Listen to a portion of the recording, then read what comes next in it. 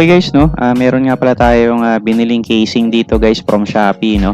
So dito guys, kung makikita nyo, napakaganda naman nung itsura nung gaming casing na napili ko guys, no? So maganda rin yung reviews niya, and then pwede kayong mamili kung white and black.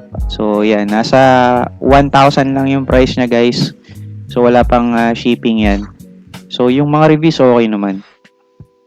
So guys, dito buksan na natin. I-unbox na natin yung na-deliver na casing sa atin, no? Gaming casing to. So casing lang to guys, wala pa tong lamang parts, no?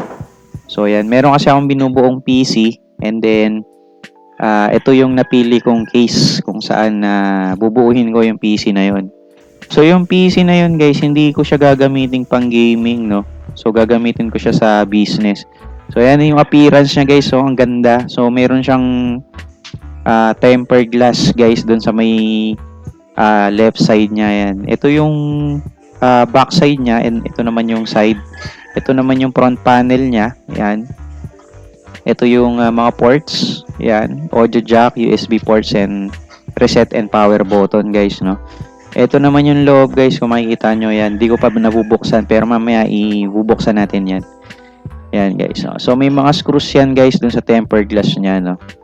Ayan. So, talagang ang ganda niya. So, dito naman guys, buksan natin yung mga fan.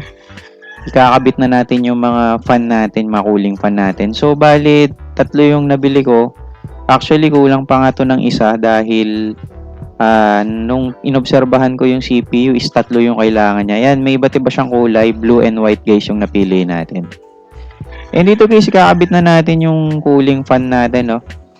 So, dito, yung nabanggit ko nga is merong 3 slot para sa 3 fans dito sa harap sa may front panel. So tanggalin muna natin guys yung takip niya sa harap, sa front.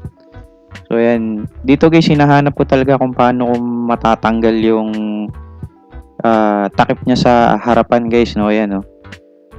So yan guys, kailangan kong tanggalin yung yan. So, natanggal na natin. And yan guys, kakabit na natin yung fan, no. So, yan. Kung makikita nyo, 3 yung slot guys, no. So, kulang yung fan na nabili ko. Yung blue kasi guys, sa likod ko siya ilalagay sa backside. So, yan. Okay. So, yan. Nakabit na natin yung mga fan, no. May last one pa tayo dun sa likod. Yan. So, yan. Patapos na tayo guys, no. Mamaya makikita nyo yung output natin. Yan.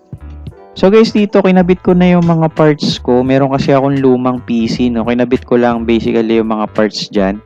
Hindi ko na video para mapakita ko agad sa inyo yung itsura.